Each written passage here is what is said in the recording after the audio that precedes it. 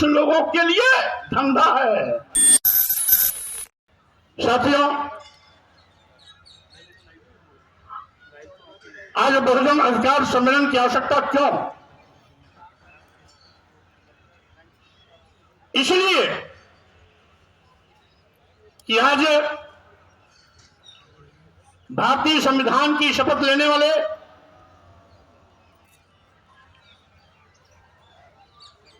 प्रधानमंत्री और देश के मुख्यमंत्रीगण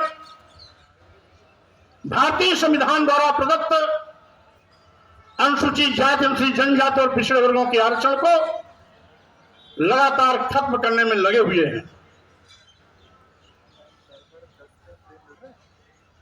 आज भारतीय संविधान की दी गई व्यवस्था के विपरीत सत्ता के मद में चूर सत्तानशील लोग अप्रत्यक्ष रूप से यथास्थितवाद को बढ़ावा दे रहे हैं, मनुवाद को बढ़ावा दे रहे हैं। आज आलसा पर डकैती डाली जा रही है। संविधान को निष्प्रभावी और शून्य किया जा रहा है। बहुजन समाज के अधिकारों को एक एक करके खत्म किया जा रहा है। इसलिए आवश्यकता है बहुजन अधिकार सम्मेलन की। हम लोग नारा देते रहे हैं, हर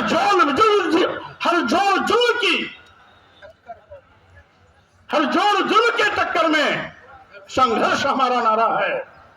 तो स्वाभाविक रूप से आज जब हमारे हकों पर डकैती डाली जा रही है, अधिकारों पर डकैती डाली जा रही है, संविधान को कमजोर किया जा रहा है, आरक्षण को शून्य निष्प्रभावी किया जा रहा है, तो स्वाभाविक रूप से आज संघर्ष के रास्ते पर फिर से हमें चलने की आवश्यकता है। सड़क के माध्यम से अपनी आवाज को फिर से बुलंद करने की आवश्यकता है। इसलिए आज यह कार्यक्रम आयोजित किया गया है कि जिससे कि बहुजन अपने अधिकारों के प्रति सचेत रहे, सावधान रहे। साथियों, आप जानते हैं आज लोकतंत्र को भी कमजोर किया जा रहा है। अभी हमारे सुप्रीम कोर्ट के वरिष्ठ अधिवक्ता महोदय ने बताया कि किस तरीके से तानाशाही हिटलरशाही के रास्ते पर चलते हुए लगभग 150 सांसदों को सरकार की सारे परिषद सदन के बाहर किया गया। क्या लोकतंत्र को दबाने की साजिश नहीं है? क्या जबरन सरकार अपनी बात को थोपने का दुस्साहस नहीं कर रही है क्या? और साथ ही साथ आज सरकार अपनी कमजोरियों को छिपाने के लिए तरह तरह के हथकंडे अपना रही है। आज जितने भी विज्ञापन निकलते हैं, उत्तर प्रदेश में हो, दिल्ली में हो, भारत सरकार में हो, डब्ल्यूएनयू की सरकारों के देखरेख में चलने वाली प्रदेशों में हो, हर जगह पर आज अनुसूचित जाति और अनुसूचित जाति का आरक्षण कहीं 2%, कहीं 3%, कहीं 4% दिया जा रहा है। पिछड़े वर्गों के 27% आरक्षण के सापेक्ष कहीं 5%, कहीं 6%, कहीं 8% दिया जा रहा है। तमाम विज्ञापनों को देखने से पता लगता है तमाम विभागों में आरक्षण को तो शून्य कर दिया जाता है। अभी अभी ऐसे कई उदाहरण हैं जिसको मैं समय समय पर अपने ट्विटर के माध्यम से साझा भी करता रहता हूं। और इस तरीके से आज हकों पर डकैती डालना, साथियों, उसमें बहुत कुछ भूमिका हमारी आपकी भी है। 1937 की जातीय जनगणना के आधार पर मात्र 3.5% ब्राह्मण है, 3% क्षत्रिय है, 1.5% वैश्य है। तीनों को जोड़ लिया जाए तो लगभग 7-8% होता है। यानी श्रेष्ठ बहुजन समाज है। तो 8% लोग अपने बलबूते पर सरकार नहीं बना सकते हैं। उन्होंने हमारी बहुजन समाज की ताकत को तोड़कर हिंदू के नाम पर ठक्कर के बहका करके अपना उल्लू सीधा करने का काम किया। यानी वोट देने के लिए हम हिंदू, वोट के लिए अनुसूचित जाति, अनुसूचित जनजाति और पिछड़े वर्ग का व्यक्ति हिंदू, लेकिन सत्ता में बैठने के बाद हम हिंदू नहीं रह जाते। अगर सत्ता में बैठने के बाद भी ये हमें हिंदू मानते तो अनुसूचित जाति के आरक्षण को खत्म नहीं करते, अनुसूचित जनजाति के आरक्षण को खत्म नहीं करते, पिछड़े वर्गों के आरक्षण को खत्म नहीं करते। इसका मतलब है हिंदू एक धोखा है। और वैसे भी 1995 में माननीय सर्वोच्च न्यायालय ने अपने आदेश में कहा था हिंदू कोई धर्म नहीं, ये लोगों के जीवन जीने की एक शैली है।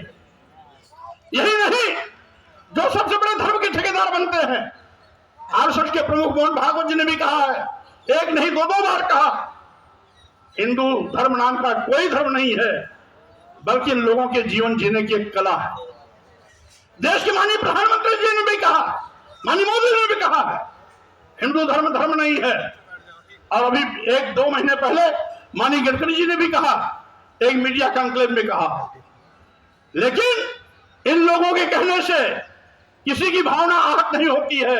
अगर स्वामी प्रसाद मौर्य कह देते हैं हिंदू धर्म नहीं है, बल्कि एक धोखा है, और जिसे हम हिंदू धर्म कहते हैं वो कुछ लोगों के लिए धंधा है। जब हम कहते हैं कि ये कुछ लोगों के लिए धंधा है, तब पूरे देश में भूचाल मच जाता है। लेकिन वही चीज अगर मोहन भागवत जी कहते हैं, माननीय प्रधानमंत्री नरेंद्र मोदी जी कहते हैं, माननीय गडकरी जी कहते हैं, तो किसी की भी भावना आहत नहीं होती। अगर वही चीज स्वामी प्रसाद मौर्य कह देते हैं तो लोगों की भावना इतनी कमजोर होती है कि उनकी भावनाएं आहत हो जाती। क्या विडंबना है। माननीय सर्वोच्च न्यायालय ने 1995 में कहा तो किसी भी धर्माचार्य ने कोई टिप्पणी नहीं की, लेकिन अगर वही चीज स्वामी प्रसाद मौर्य के मुंह से निकल जाती है तो पूरे देश में एफआईआर की झड़ी लग जाती है। क्या विडंबना है। आखिर हम क्या कहते हैं?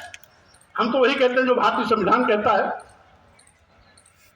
अनुच्छेद 14 में शब्दार्थ में स्पष्ट है कि वर्ण, धर्म, वर्ण, जाति, लिंग, जन्म स्थान के आधार पर किसी के साथ कोई भेदभाव नहीं किया जा सकता।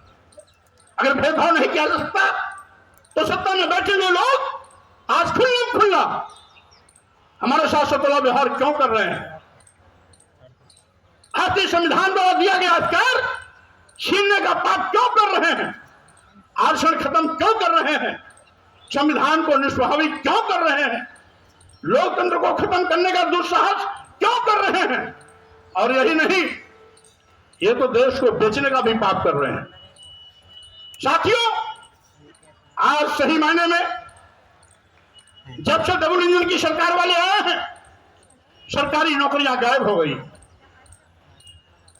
आज देश के नौजवान बेरोजगारी का दंड झेल रहे हैं। करोड़ों नौजवानों को आज बेरोजगारी का सामना करना पड़ रहा है। उनके सामने रोटी का संकट है, उनके सामने पेट की रोटी की भूख है। अभी पार्लियामेंट में जो घटनाक्रम घटित हुई वो भाजपा के सांसद के पर्ची पर ही उनकी प्रवेश हुई थी, लेकिन उसके बावजूद भी